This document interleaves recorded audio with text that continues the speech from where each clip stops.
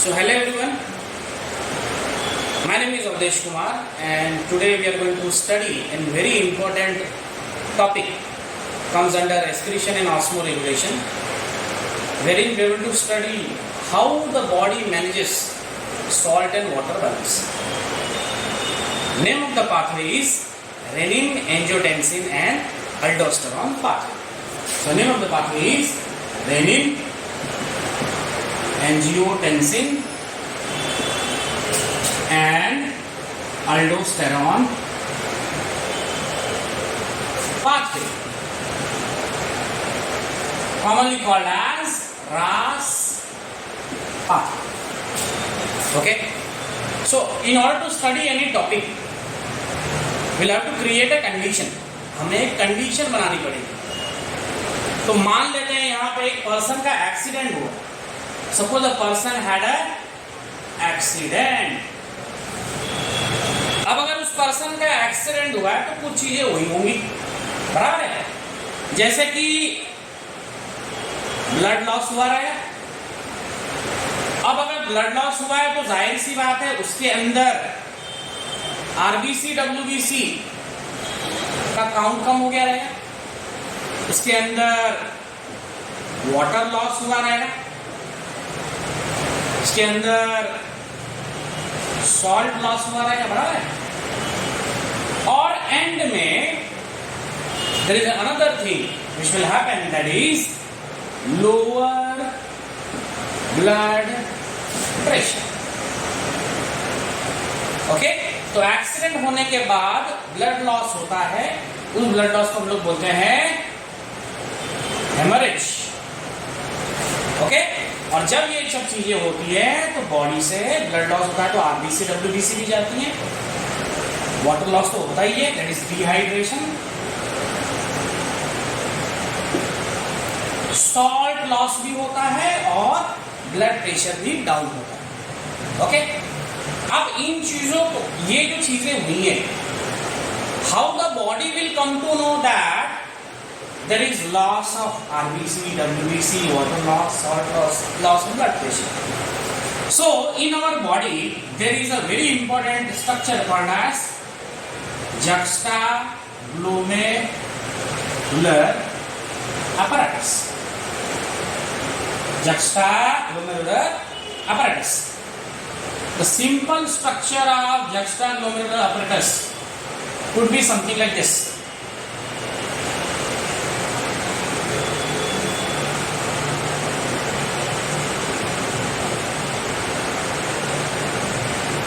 So this juxtaglomerular apparatus will be having specialized type of cell called as JG cell.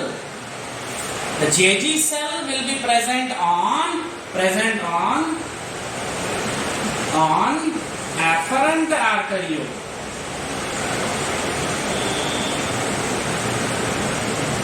दूसरा, there will be specialized cell present between the DCT and the glomerulus.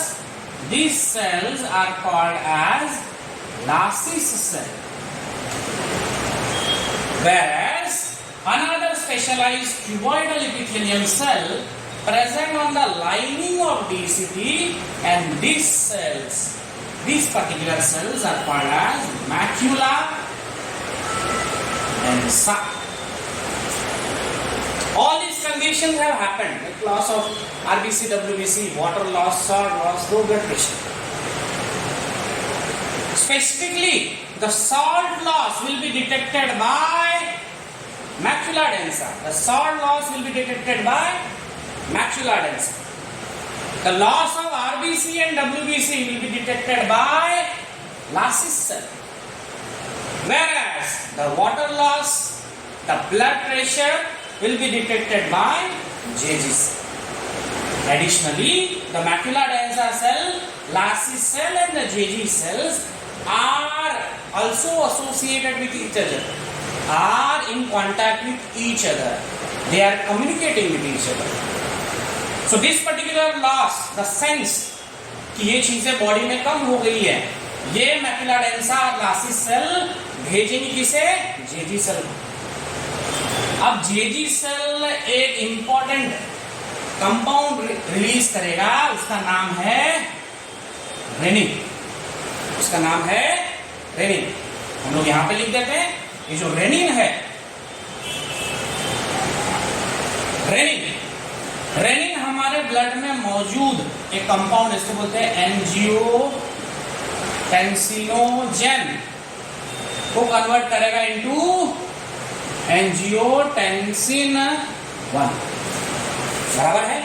तो rennin जो कि JG cell से release हुआ है, वो convert करेगा angiotensinogen को into angiotensin 1। Remember this, do not get confused with renin and renin. वो रेनिन अलग होता है जो कि स्टमक पे रिलीज होता है। तो एंजियोटेंसिनोजेन जो कि ब्लड में मौजूद है, that will be converted into angiotensin 1. Angiotensin 1 further will get converted into angiotensin 2. Inactive compound is converted into less active compound and it is converted into more active compound. So angiotensin 1 to angiotensin 2 conversion will be done by angiotensin converting enzyme commonly called as ACE, produced by pulmonary tissue.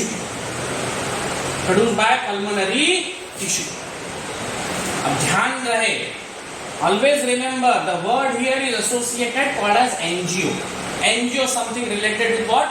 Blood vessel. So angiotensin 1 will do here what? Blood vessel contraction, वैसोकंस्ट्रिक्शन करेगा angiotensin. ये भी क्या करेगा? वैसोकंस्ट्रिक्शन करेगा। तो जब whenever there will be blood vessel contraction or vasoconstriction, we are going to solve the issue of blood pressure, low blood pressure. So we are countering the low blood pressure by doing vasoconstriction. So in this way we are going to increase what? Blood pressure. Okay, we are going to try to maintain the blood pressure at the normal level. The second thing, so this is also going to do what? Vasoconstriction. Okay, but I said angiotensin 2 is very versatile molecule. Angiotensin 2 is going to activate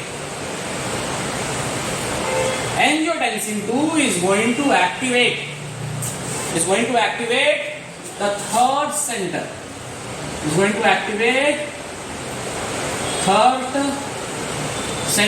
Present in hypothalamus. तो जाहिर सी बात है, अगर शरीर में पानी की कमी है तो इंसान को प्यास लगना चाहिए, बराबर है। तो वो कौन एक्टिवेट करता है? Third centre. कहाँ प्रेजेंट रहता है? हाइपोथैलेमस। ओके, एंजियोटेंसिन 2 एक और काम करता है, हाइपोथैलेमस से मैसेज रिलीज होता है into posterior pituitary.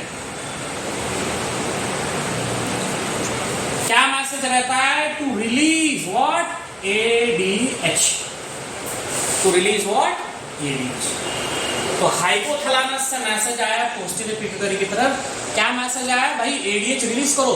And this ADH is going to act on DCT and CT, that is distal collinear tubule and collecting tubule, in order to do what?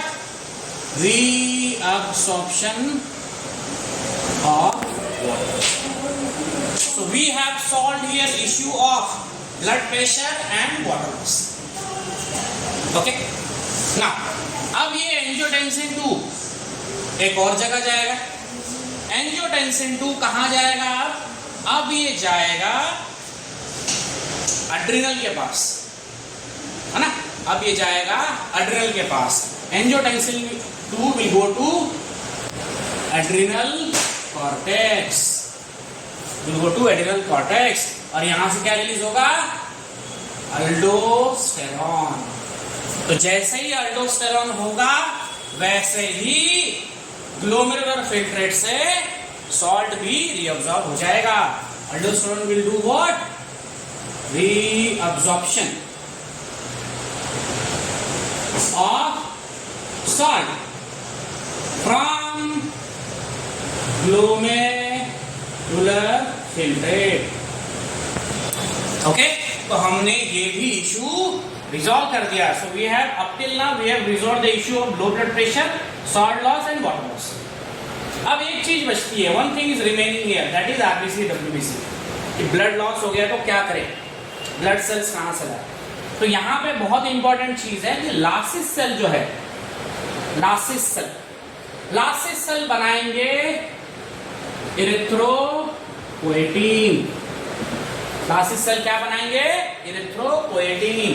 ये erythropoietin it is going to trigger the bone. Erythropoietin is going to trigger the bone marrow, है ना. हमारे long bones के अंदर bone marrow होता है. Okay, so erythropoietin is going to trigger the bone marrow and this bone marrow is going to produce the RBC, WBC and so erythropoietin is going to trigger what? Bone marrow. So erythropoietin produced by Lassus cell is going to trigger the bone marrow and hence the bone marrow is going to produce additional RBC, WBC and platelets. So whole and soul we have solved all the issues. Right? The issues were created because of the accident, we had loss of blood. These conditions were created, the juxtaglomerular apparatus came into action, it produced the renin first, the renin converted angiotensin gene 1 into angiotensin 1 and on first. Once the situation got under control, एक बार अब सब चीज normal हो गई, जैसे मानो ये सब चीज नॉर्मल हो गई, each and everything is under control now, सब चीज बराबर हो गई है, तो हमें ये सिचुएशन बंद भी तो करनी है. Okay, so our heart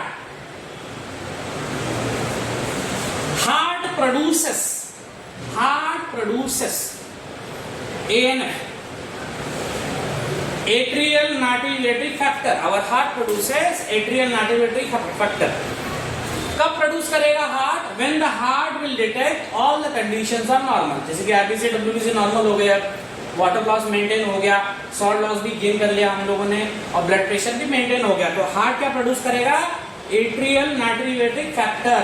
और ये एट्रियल नाट्रियूरेटिक फैक्टर क्या करेगा? जेजी सेल को इनहिबिट करेगा. क्या करने से इनहिबिट करेगा? रेनिन प्रोड्यूस करने से इनहिबिट करेगा. तो रेनिन प्रोड्यूस नहीं होगा, मतलब ये चीजें अब बंद हो जाएंगी, क्योंकि अब जरूरत नहीं है ना, क्योंकि RBC, WBC, water loss, salt loss सब हमने मेंटेन कर लिया, तो चीजें मेंटेन कर लिया हमने. Okay, then heart is going to produce the ANF, is going to inhibit the JG cell from producing the renin. So there is no need of renin once the situation is under control. In the need, a very important question is asked again and again. Who inhibits the JG cell? The answer is ANF. Who produces the ANF? The answer is heart. And when heart will produce ANF? When the situation becomes normal. Okay, समझ में आई बात? So I hope you like this video. Thank you so much.